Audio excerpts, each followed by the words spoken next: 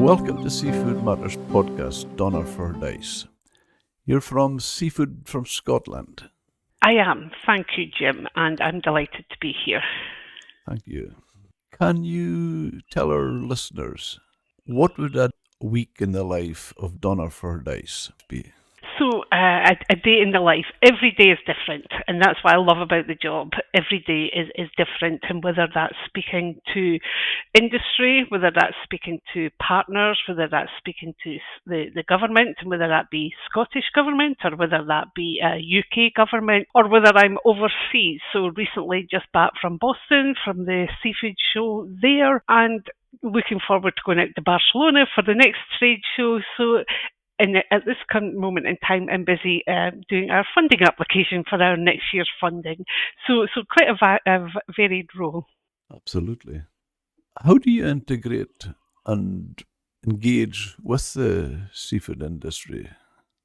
So I've built up relationships with a lot of the industry over the years. So some of that is actually going out and visiting them. Some of that is at forums. We actually have industry as our board. So our board is made up of the catching and processing sector.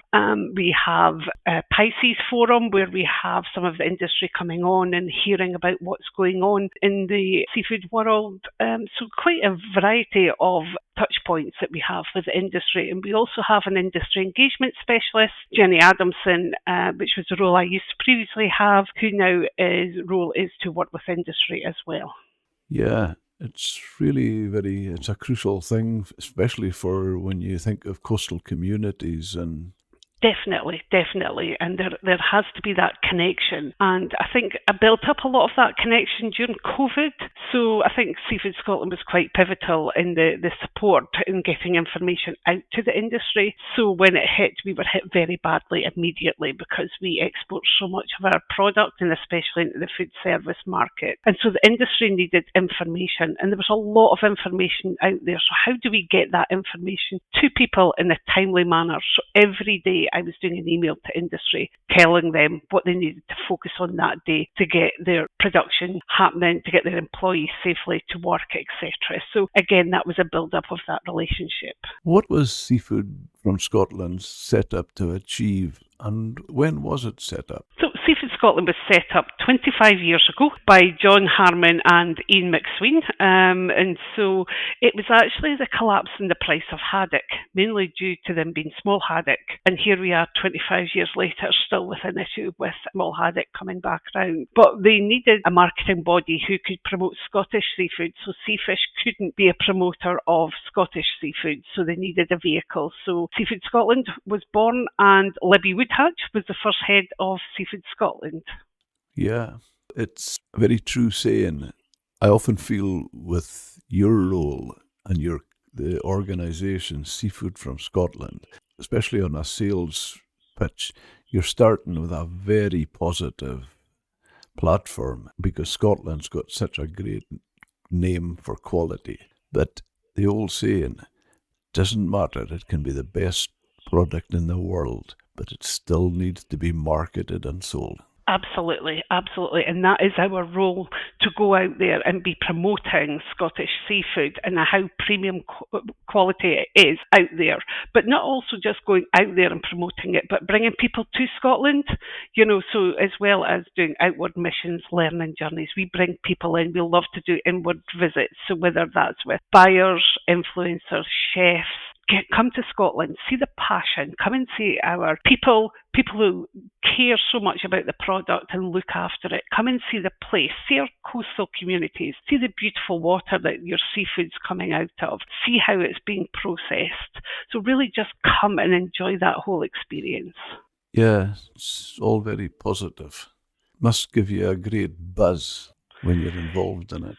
It does, absolutely. And to see people's reaction when they see the product and, like I say, meet the people in the place, but also going out into that marketplace, but also as well shows you how important marketing is, because we're just a small player in a big pool of people who are there marketing seafood.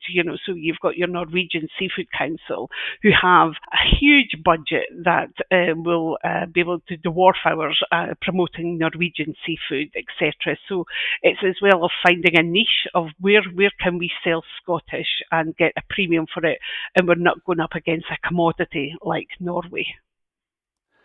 Yes, it's interesting you say that and mention the situation with haddocks, because in a recent podcast I've done with Guy Stelius from Ceres Foods, and he's a major supplier to the fish and chip industry.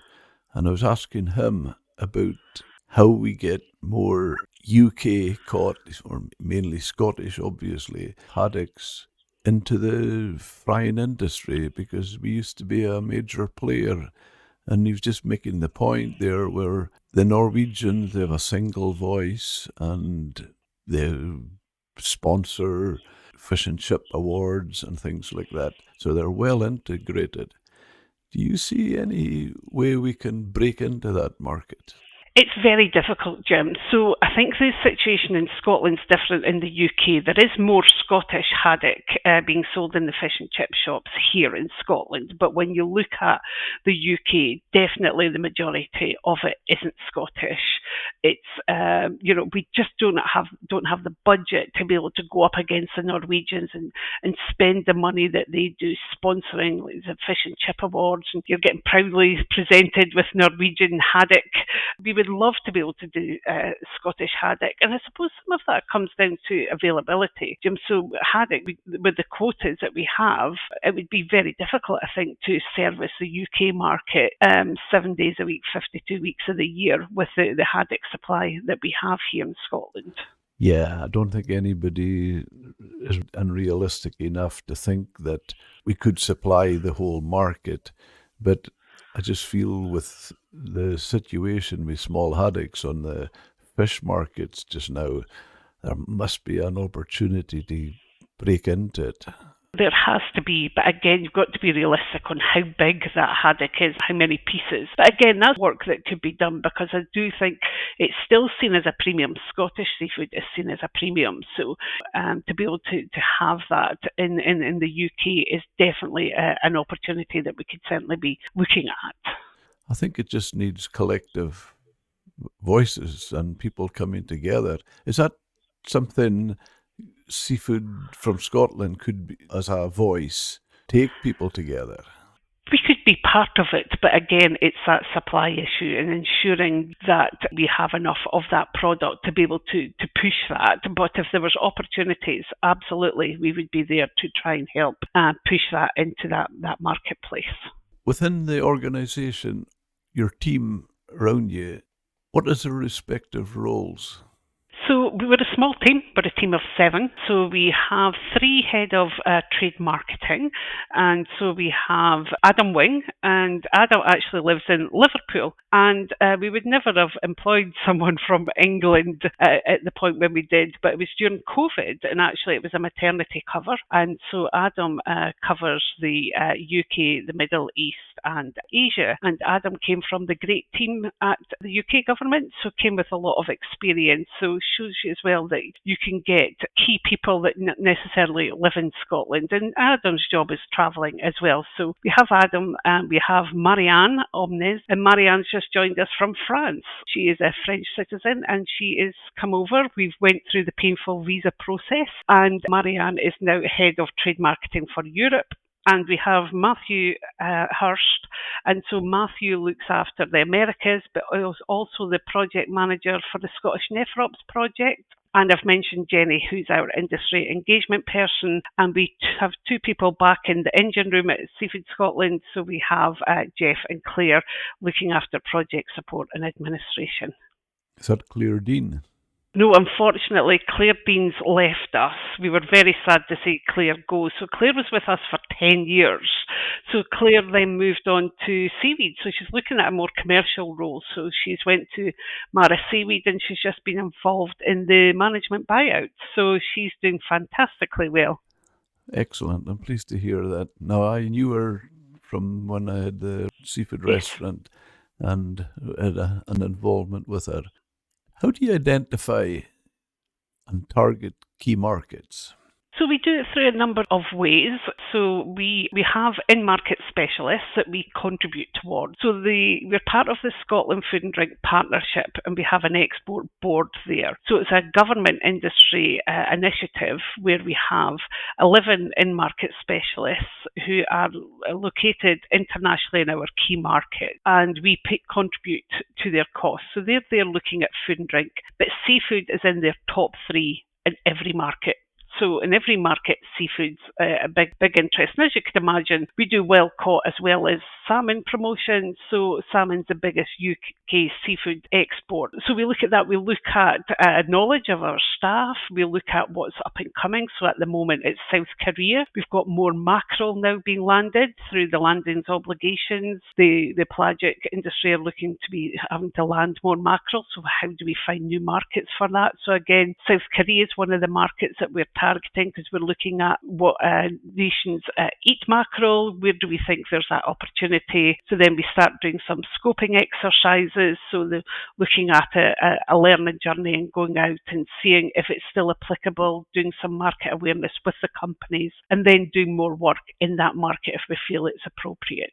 And when you break into markets and come up with interest, how far do you take it, and then when do you pass it on? Or So we will put out to industry that we're looking at these markets, and it may be a meet the buyer event, or it may be just a market awareness, and then we identify all the companies that have that species that are in that marketplace. So we inform all of them of that, and then we'll either do a showcasing dinner where they will be invited to supply product and meet the buyers, or whether we take a trade show stand, and then we will have all of the companies that are relevant in that marketplace invited to take part in the trade show and meet the buyers, do embassy events, and really just try embedding, so it won't just be a one trade show. They would then try and maybe do a meet the buyer or a showcasing dinner further throughout the year, so it's that continuation within that marketplace.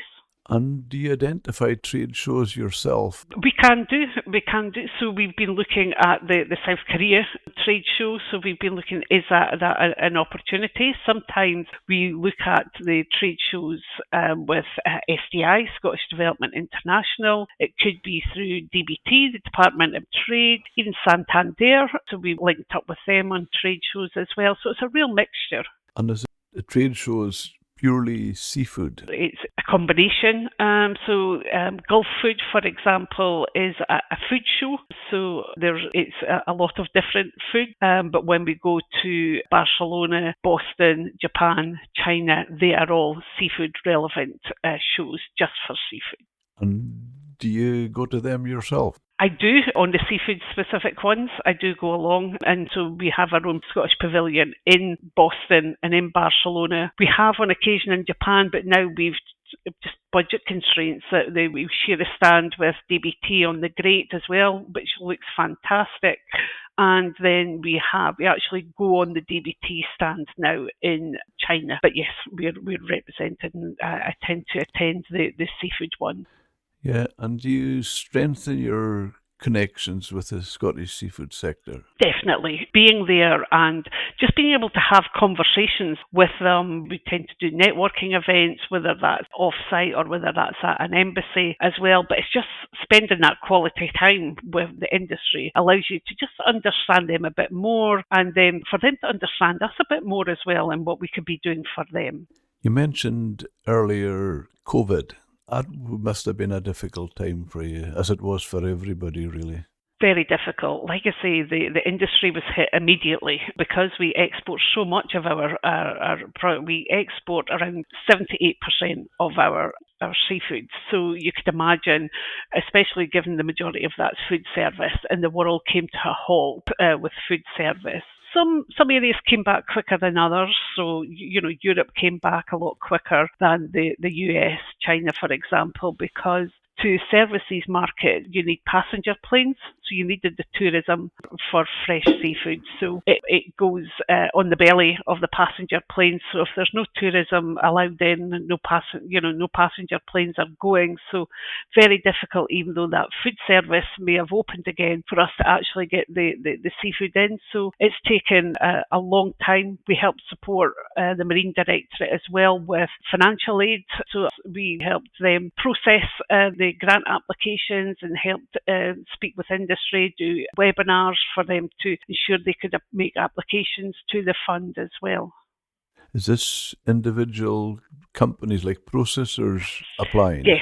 So this was the processing fund. There was a fleet fund that opened up later, but yeah, we helped support on the processing side, but it was for individual companies to apply. That sounds very helpful and very important. Donna, Brexit, that must have had a dramatic effect. And how is the industry adapting? They are adapting. It's taken a while, some quicker than others. Again, Brexit was a similar situation to COVID, where trade almost stopped overnight, given the 1st of January, the fact the systems couldn't operate with our groupage system. So the majority of Scottish companies, dealing with France was like dealing with Glasgow. They had a lot of small orders, and these small orders all went as groupage. So there was groupage companies such as the FDS who would do that service for all of these companies. They would just collect all the product, group it all together and put it in via Boulogne-sur-Mer. Come the 1st of January, that couldn't happen. The whole system collapsed. So it was a very, very stressful time for the industry. And the industry did a lot of work in the build-up to Brexit, some more than others, but there was a lot of effort put in, and still the systems collapsed. So there is additional cost to trading in Europe now. There's a lot more red tape. It takes longer for your product to get from your place of production to France. So you need to produce quicker so it can be out the door rather at 12 o'clock rather than getting picked up at 2 o'clock because of the processes of paperwork. You have catch certificates, you have health certificates. You don't have the staff now. Big impact. The biggest impact we feel with Brexit is not having access to the labour workforce. So pre-COVID and Brexit, the average within a seafood processing plant for Eastern European workforce was 52% across Scotland, 78% in the northeast, and in some factories it was 90%. Because we're talking about rural coastal communities, they don't have the people there in the volumes that they require. When you've got a 2% unemployment level, how can you get people into the factories? So that's been a huge impact on the industry and a huge growth constraint as well with the industry. And from some of the things I've heard, there's been quite a horrific increase in the cost of getting fish abroad. Yes. And that's why some of the small operators just stopped doing small orders. It just wasn't viable at all. So they've went back and retreated and just mainly concentrating on that UK market. But again, it's opened up other opportunities. So it's opened up opportunities, for example, in Singapore and Middle East, which actually is easier to supply to than Europe now. So again, we're finding niches in different markets where people can actually be introduced into these markets and trade successfully. See, when you talk about the international markets, do you notice species by species is different countries? Would they go for different species? Is there preferences like that? There is.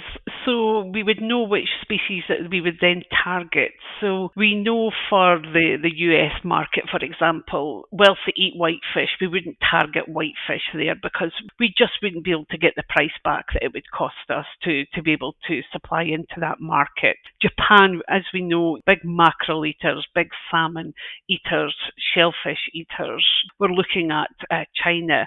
They like to see live product. They like to see live crab. So there are different products that would fit naturally with countries. I remember when I was processing, I had a fish factory from 1980 to the mid 90s, a lot of our fish went to England, some abroad, but mostly the markets in the main cities. And I could almost, in my head, break it down: haddock in Yorkshire, cod in Birmingham, and go around the whole country with different species. Yes, it's amazing how much of a niche certain products have in certain areas and in certain countries. Yeah, and it must be interesting sometimes when you come back from a trade mission and you've actually got somebody eating a new species. Absolutely, absolutely. It's really good to see when we can be introducing new species into marketplaces. Have I heard recently that there's an interest in Japan with haddock? Oh, I haven't heard that one. No, we don't have any haddock going out there at the moment, but Lunar's out there with their mackerel, so I would imagine if there's any haddock opportunities, they would be in there looking at that. And interestingly, we have tuna now in the marketplace as well, so there are licenses to catch tuna off the west coast of Scotland. So that was just been in the past month. So again, interest in the Japanese market to be selling our tuna there. What do you do as far as mapping work ongoing? As far as species or companies, so we tend to map more of the companies and who we're working with and who are exporting and what markets they would be a really good fit for. So I suppose it is species orientated, but it's really looking at that, but also looking at where are the new opportunities. So, for example, we've got added value companies such as Thistle and Joseph Robertson looking at the export markets and doing very well looking at these export markets because whilst they've got an opportunity within retail, UK retail, it's de-risking that market as well. So again, fantastic opportunities in the North American market for added value, for example. So it's how you then encourage other added value companies to then see that opportunity as well.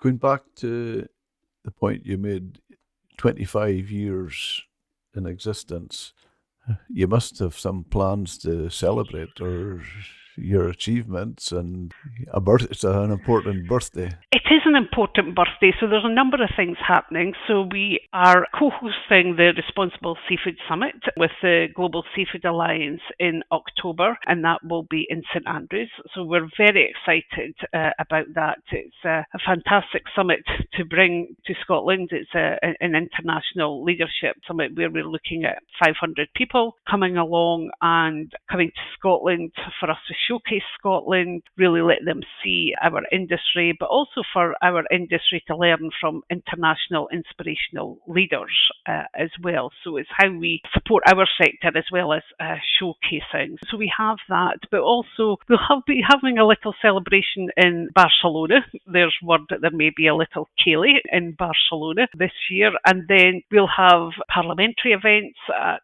Scottish Government and UK Government as well to be highlighting the important work, not just that Seafood Scotland does, but actually for the sector and how important the Scottish seafood sector is to the economy of Scotland and the UK. What is your campaign 100% fish? So that name isn't ours. So we haven't trademarked. It's an international campaign that's happening. So it's the Iceland Ocean Cluster have came up with the 100% fish movement, and it's being replicated across Norway, the Great Lakes, and other places. So we're looking at how can we join this 100% fish movement, and we've been looking for a number of years at the adding value to waste, and it's really how do we get more money out of 100% of the fish? How can we make seafood companies more profitable? How can we get the maximum value we can out of the seafood? So, and a lot of it will go to fish meal and it will continue to go to fish meal. So we're not trying to displace fish meal. And in fact, they're involved in the discussions that we're looking at. But how can we as Scotland be a cluster of looking at what more could we be doing with the different elements of fish? So whether that's viscera that gets through overboard, what could we be doing with the skins? Can they be used for medical purposes? What could we be doing with the chitin that we could be extracting from the shells of the langoustines? What could we be doing with scallop shells? So it's a lot of different elements of how, as not just us, but likes of Opportunity Northeast, Zero Waste Scotland, the Industry Biotechnology Innovation Centre, the enterprise agencies, etc. How can we all come together, the researchers, industry, and really look at how can we add more value and profitability into our businesses? That's really encouraging. I know when I go back to when I had the seafood restaurant in Scrabster, that's one of the principles I followed strictly. And the principle to me was, why buy 5 fish when you can utilize every part and only need to buy 3? It's a business, so you're buying less and you're using more. And I would use, just say for example, a cod. I would use the belly flap for one thing, the cheeks, and going on even now. Would you believe what I've got in my fridge in my garage for personal use? I have to say, salted cod's head. Oh, wow. I spoke to a friend of mine in Iceland, getting a few tips on how I should prepare it, and he gave me a wee bit of a rundown on how to salt it, then desalinate it, then braise it, lightly poach it, and what to use. And he finished up with "and suck the bones." Oh, well, enjoy, Jim. People talk about gelatin and for different purposes, and that's beef related. I've proved it, so it's not just hearsay. You'll get as much gelatin out of a fish head as you will out of any part of a animal. That's interesting to know. And actually, one of the key first steps that we're looking to do in this, and we've been looking at it for a number of years, but is what is the actual breakdown of the components within a fish? How much collagen's within the Scottish haddock, and the bone, the calcium, everything, really having that scientific data on the full breakdown of our key species. So we could then say, right, okay, this is what we've got. What can we be doing with it? Can it go back into the food chain? Can it be used for medical grade? What else can we be doing with things? So that's our first area that we're going to be looking at. Going on a local as in UK point, Donna, now something I've always said if I've been at a demonstration, and I'd did quite a lot of seafood demonstrations and talks in colleges, local schools and that. Anybody was in doubt about, they were asking questions about how we find it, how we found that. One of the things I used to always say to them is, trust your fishmonger. Would you go with that? Absolutely, absolutely, and they are so knowledgeable because people have got a fear of fish, and they've got a fear of how to handle it and how to cook it. If you go to your fishmonger, they will give you the best advice on what species to have, what different species there is. If you want something different, how to cook it, what sauces you could have with it, and I mean some of them actually do it in bags where you don't have to touch it as well, and it will go in. But yeah, definitely utilising your fishmonger. And one thing that I would love to see as well in the fishmongers is actually how much is it for a fillet, or how cheap is it? Because you see it per kilo, and I think it frightens people at times as well, and they don't actually realise how cheap a fillet of fish could be compared to other proteins. I do think they're surprised. I remember seeing it in the butcher's counter where they had the ticket £12 for this roast or £20, and it gave people an idea of, well, actually, I will go and buy that. So I would love to see that in the fishmongers. Funny you should say that, because one of the things I've found quite noticeable more recently, with prices going up, probably post-COVID, and things have gone up, but people's costs have gone up. So I'm not critical of it, but I find now when somebody, obviously people associate me with fish, so if they've been buying fish, Whereas in the past, they would maybe tell me the species or how good it was or fresh. All that I hear now is what it cost them. Yeah. I think you would find that with other proteins as well. I think if you're wanting to buy a piece of steak, lamb, I think as well people would find that it is expensive. And we were talking about that as a team, and we're doing the Seafood in Schools project, which we've revigorated. And we need to be talking about it being delicious, not healthy, or it is healthy, but the key message is it's delicious. Eat it because it is lovely to eat. So hopefully trying to reinforce that message as well will dull the price conversation. Yeah, yeah. Donna, how do you see the future? I think there will still be challenges. There will still be challenges with getting a product into Europe. I don't see that easing up in the short term. We need a digitised system for that. I hope that we get the marine space that we need to be fishing. I think that's an important element. We need to be able to be landing the seafood that we need to be processing and marketing. For marketing purposes, I think for us, we are government funded, so we're funded by the European and Maritime Fisheries Fund. There's been a replacement fund from the UK to Scotland, the Marine Fund Scotland, and we're just about to enter into that third year of a 3-year agreement with the UK government. So I suppose from our point of view is future funding, and where does that come from? What are UK government going to do as a long-term replacement for EMFF? And I suppose that doesn't roll out to just us, but that rolls out to that investment piece for the industry. Industry needs investment. Industry, if we're going to be reaching net zero targets, there's things that the industry have to implement, but also as well that you're looking at automation. It's a big area, and you can't automate everything, but if you could automate as much as you can, it reduces the burden of the labour issue, but also increases your productivity, increases your profitability. But the companies have been through so much in this past years. The resilience has worn down, and we need to build up that resilience in the industry again. So how do we get that investment in the industry? And whilst industry are willing to contribute towards that, how can we have a system in place that supports that? Is your background in the industry? No, my background is actually in economic development. So I have a business administration degree, and I've worked originally with Business Gateway, working with startup businesses, so supporting businesses who were looking to start up. And then I moved to Scottish Enterprise, and then there I went as a project manager for the first 3 years, looking at digital media, the games industry, event management, which was really interesting. And then I moved on to work as an account manager within the food and drink team within Scottish Enterprise.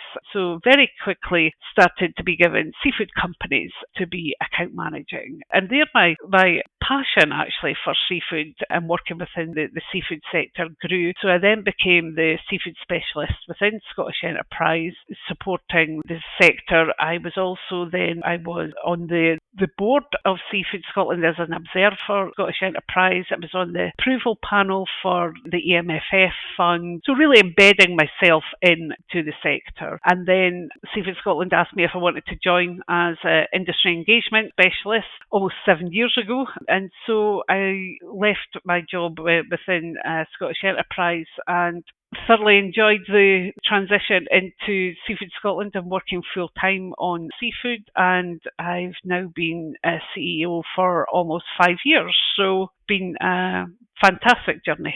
I think that's great. And I have to say, although the fishing industry is very sort of belt and braces, goes back a long time, people within the industry think, oh, if you're not born and brought up into it and lived in it, you don't know the fishing industry. But I have to say, I think what you've said there is I would describe it as a breath of fresh air. I think it's great and great to have for a team. And I think it's important within the team. And you talk about a small team, and it's even more important. You've got all different qualities, and you're all taking something different to that team. I think the team as a whole performs much better for that. Absolutely, Jim. And I think the bottom line for our team is the passion. So we all have a passion for the industry. We all want to see it succeed. We all want to see them develop their markets, develop the opportunities that we're presenting to them. So we're not Monday to Friday, 9 to 5 people. We've got a job to do and we're so passionate about it and we just want to deliver on behalf of the industry. What would you say your key achievements have been to date?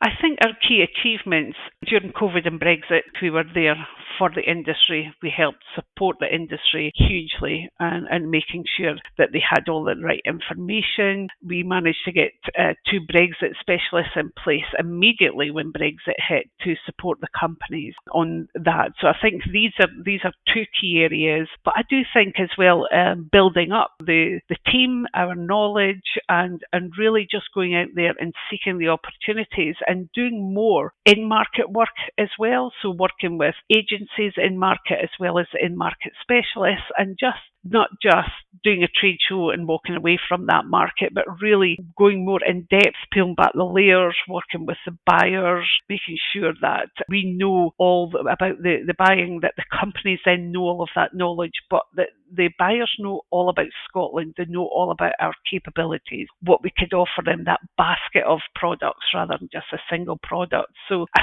see them as our key achievement. It's a great positive message, and I take my hat off to you, Donna. And you're always focusing on the positive, and that's very evident and noticeable. Do you have any trouble with? I know the catching sector do with what we call the campaign groups, environmentalists, and that when you're there promoting the wonderful Scottish seafood, and yet they have environmental groups with ridiculous campaigns like "Don't eat scampi," "Stop eating scampi," this kind of thing. Do you come against that? We do. Now, we're obviously non-political organisation, but sometimes we do have to fight back and just say, this isn't what we know about our industry. This doesn't reflect on the way we see the industry and how we want to promote that as well. And, in particular with that Scampi campaign. So we've been trying to be more vocal than we normally would on that because it is an attack on the industry and a very important industry to Scotland. I'm not going to ask you to go any further. It's not your remit, but I'm pleased to hear that because I know the fishermen just find it ridiculous at times, and it's difficult. The catching sector have a lot of challenges just now. They do. The thing that comes across loud and clear, Donna, is I think the importance in your role in the job is the fact that you enjoy the job and you enjoy the products you're marketing. I do. I thoroughly enjoy my job. And a lot of people comment that on me, my friends, and just say, we're so jealous of you, Donna. You love your job. You get to travel. You get to meet so many different people in walks of life. And it's true. And it's a fantastic job. Brilliant. Donna, I would just like to thank you so much for your time today. I feel that Scottish seafood is in good hands. Thank you so much. That's lovely for you to say that. Thank you, Jim. And thank you for inviting me along today. I've really enjoyed having our conversation.